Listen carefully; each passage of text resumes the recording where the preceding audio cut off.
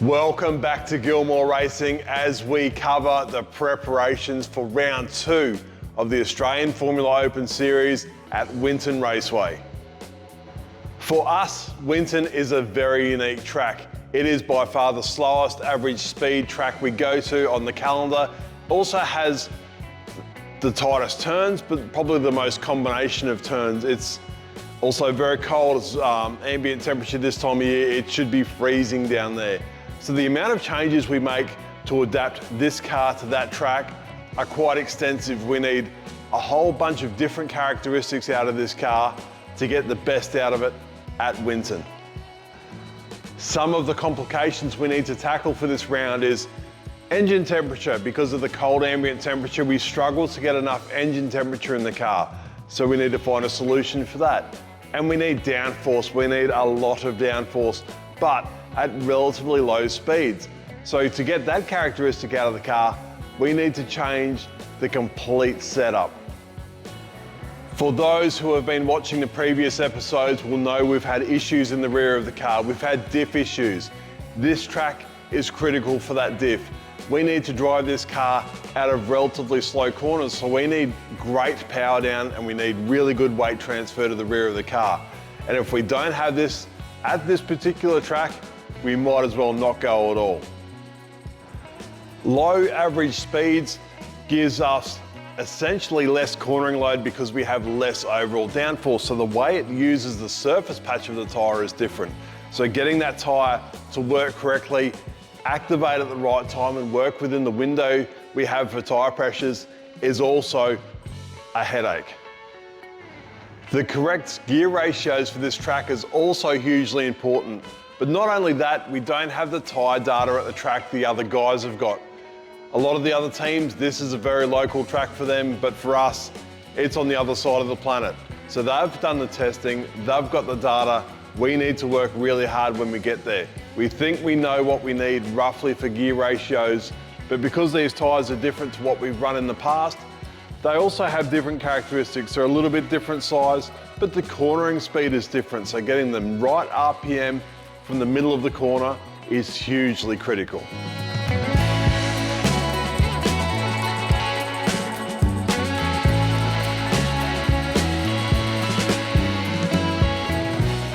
I thought it would be best to start off with an easy job. What we're looking at here is this opening in the front of the side pod. This is where all the air comes in that goes through the radiator. The radiator is a little bit further back, laying over. So the air flows through there, flows through the radiator, out the back of the car. So the easiest and most efficient way to warm this engine up in cold climate is to reduce the size of that opening. By reducing the size of that opening, we also push more air around the floor and make a little bit more downforce. To blank that up, you could tape it up or you could use the proper blanking plates. We've got large ones, we've got small ones, depending on how much we need to increase the engine temperature. This bit has got a really small bolt in the front of it. This simply slips into the side pod. It's a really neat fit. And it looks like it's supposed to be when it's in there. It's not a bunch of race tape across the front of the car that's disturbing the airflow. This has got nice radius edges to neaten the airflow up as much as possible. And even though we're trying to reduce the amount of air going in through the radiator, we still want the air that goes through there to be as efficient as possible.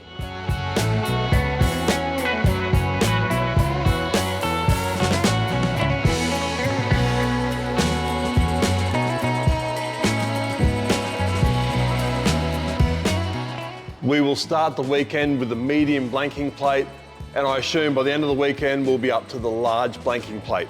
We paint these black so the other teams don't know what we've got, so if you can keep that to yourself, I'd appreciate it. Next job on the list is the front camber. This is in relationship to the tyre loading, how the tyre behaves, especially under the lower speed and lower grip corners. On a higher speed track, we can lean the tyre over that little bit more, knowing that it will still deform to get the correct contact patch on the track, whereas a lower speed, not so much. Very easy adjustment on the front, it's just a bunch of shims. The shims look like this, and we have about that many different ones to choose from. We've got these color coded because we're a little bit sneaky, so we know which ones to put in for which track. It makes the adjustments a whole lot easier.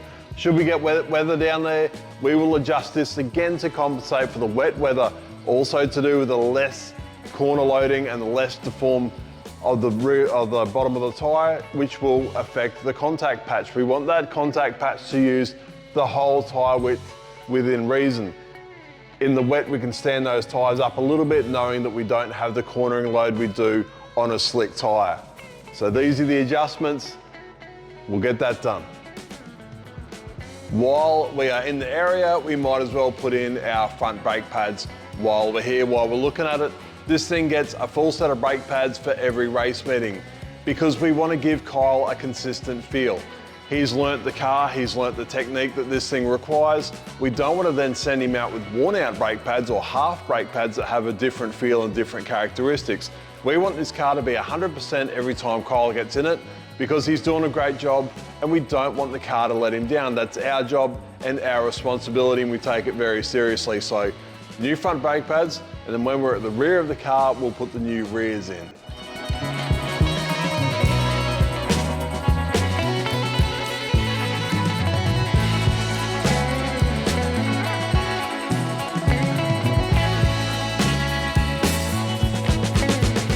As a result of the enormous brake pressure these cars run, because of their braking performance, there's a certain amount of flex and give in not only the caliper, but the mounting and everything else, which will make the brake pads wear oddly. These performance friction pads are directional and the pad is actually offset on the backing plate to compensate a lot for this, and we don't have any odd wearing at all. They don't wedge, they don't wear inconsistently, as long as you put them in the right way. Next job on the list, and sticking with the easy jobs, is the wing adjustments. We've got a whole bunch of holes in here to adjust the angle of the wing. These are a standard wing. Everybody must run the same wing, but we have different elements that we can use. We can use low downforce, medium downforce, or high downforce, depending on what we think will work best. And then from there, we can adjust the angle of the upper and lower element to get the best out of the car. These different elements perform better at different speeds and have different characteristics from low to medium speed or medium to high speed, depending on what you need from the car. We're restricted on the height we can run the wing at and also how far rear we can run it, knowing that the further back we run the car, it gets more leverage and works more efficiently. The further higher we run it, the cleaner the airflow, so they limit that to keep everybody on the same page. The front wing also has a whole bunch of adjustment. A series of holes in the inside here where we can adjust the angle of this flap. We can also run different flaps. We can run wider flaps, narrower flaps, higher, shorter, just randomly different stuff to get different characteristics out of the car. Some work better at low speed, some work better at high speed, some offer more drag, some less drag. So finding that happy balance between the front and rear, the rear wing is a critical part. We need balance. It's no good if one end's got a heap more downforce than the other end, the car won't go around a corner. So we need that balance. Shocky adjustments are a critical tuning tool and something that we will adjust all weekend. We have a base setup that we will put on these shocks that will get us started, and then we'll start fine tuning from there. These shocks are critical to help control weight transfer, and the weight transfer at the slower track has a very different characteristic than the weight transfer at a high speed, high load, high downforce track. We use these to tune how the car behaves over bumps, how the car behaves under braking, how the weight transfers, how quickly it transfers, then to the drive of the car. When you put your foot down, you want the weight transfer to the rear tyres, how quickly that transfers, how quickly the weight transfers from the front of the car to the rear of the car, and so on. A lot of adjustment in these things, and something we will tune continuously. Something else that's critical to do at this point is to put fuel in the car. We use this cool bit of gear. It measures how much fuel comes out and how much fuel goes in. The fuel tank capacity in this is maybe 40 litres. We use a very small portion of that because it's what we use for ballast. It's really simple. If there's any discrepancy in the track scales, we can just put a little bit of extra fuel in, and it's easy, it's central in the car, it's low, it's the best way to go about it. The way the reason we measure the fuel coming out of the car and going into the car is we can figure out a really accurate per lap fuel burn. We can even calculate how much fuel we use to warm the car up on a race morning, and we can incorporate that into the total fuel load we put into the car. Why do we do it now? Later today, I need to get this thing on the scales and do the corner weights, and I want a known quantity of fuel in this car so I can make sure that everything is perfect. We have put the same amount of fuel in for the beginning of every race meeting for that exact reason. Another small job that's very important, it might not seem like a big deal, is charging the battery in this car. This car has no onboard charging system, so we need an external charging system. And we need to make sure this battery is in excellent condition. It needs to run the ignition system, twin fuel pumps.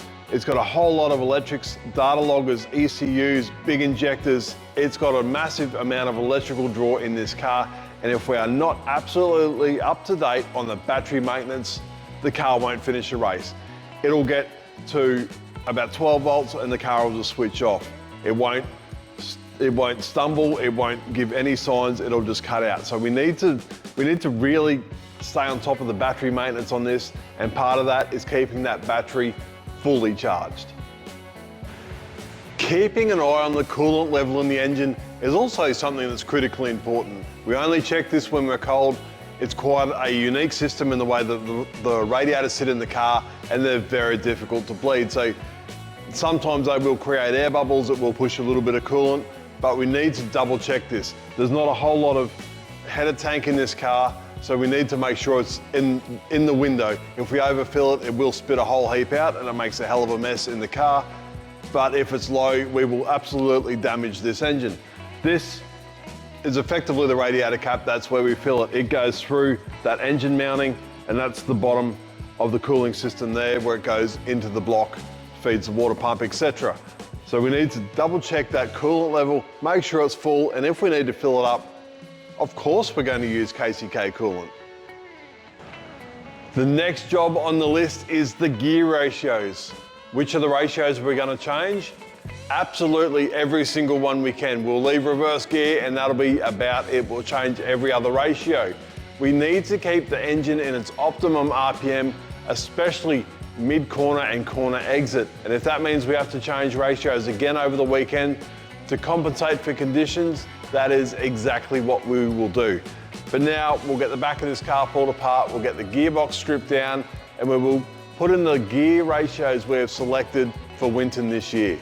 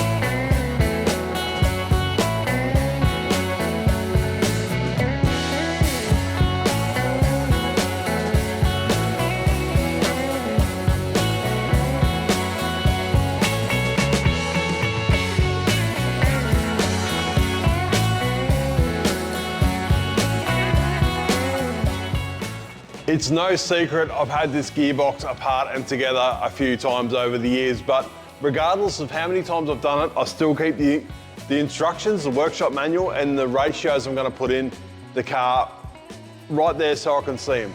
And I will constantly reference them because I don't want to mess it up. Not only if I mess this up is it highly embarrassing, but also hugely expensive. We might hurt an engine, we might hurt the gearbox further. So it's critical that I get it right the first time.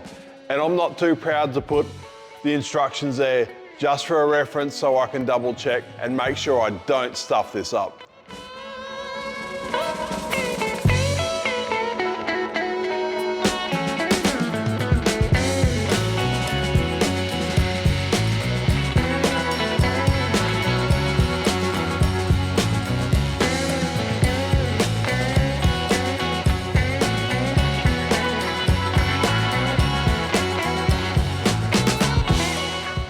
end of the last video, we were talking about the parts that drivers damage and how we collect the parts for the year.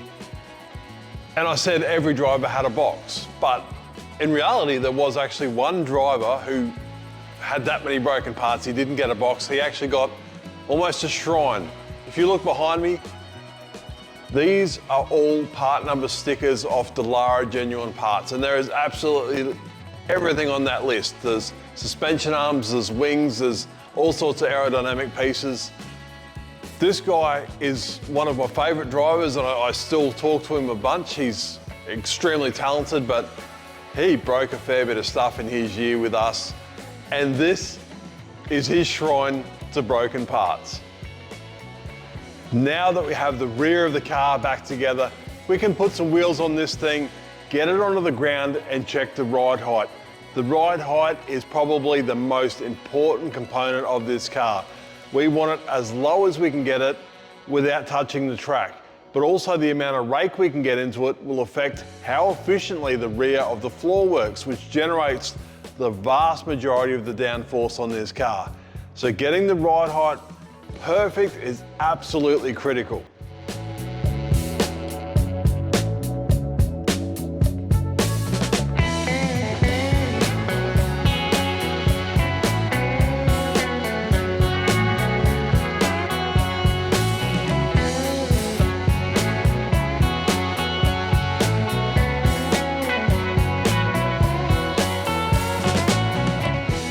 Fortunately for me, Dallara have been nice enough to give us locations to measure the ride height from the top of the car, so it means I don't need to roll around on the floor trying to measure under the car with such small gaps. I can measure to these designated pads in the center line of the rear axle and the center line of the front axle. They've given me a number I can subtract my total measurement by, and that will give me a precise calculation on my ride height, front and rear.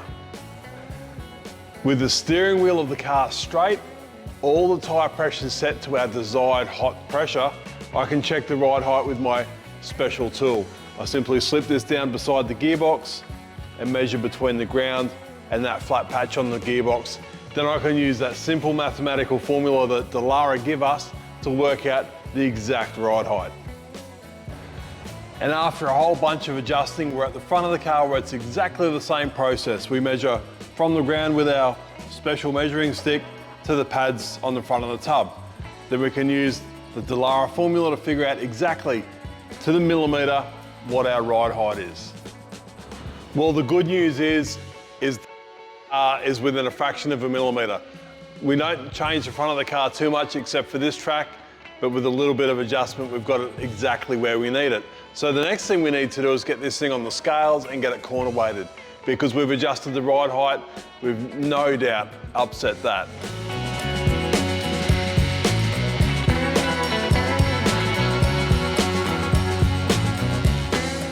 This part is also hugely important. We've put that fuel in as ballast, the known amount that we always scale the car with.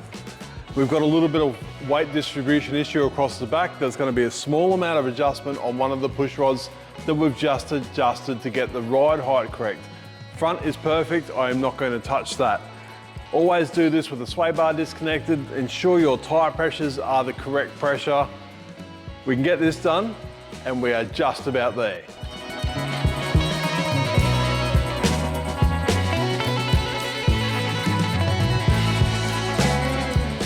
Now we not only have all the corner weights perfectly matched, but we also know the total weight of the car with fuel in it, so we can make an educated decision on where that total weight should be with the driver. We know what the driver weighs, we know what his driving gear weighs, so that takes a lot of pressure off us and a lot of guesswork. But that's done. The car is now ready to go into the truck and head to Winton. All I need to do is throw the car cover on it, stick it in the truck, and we are out of here. In the description is a calendar for this year. This is round 2 at Winton for the Australian Formula Open Series, but please stay tuned for the series. It's a great category, a bunch of great racing with great cars. We are expecting about 17 of these things on the track for this weekend, so it should be absolutely mega. Subscribe if you haven't subscribed, give it a thumbs up if you liked it. If there is anything in particular that you would like to see in these episodes, leave a comment. We do check them and we will do our best to keep all of you guys happy. Thanks again for watching. See you on the next episode.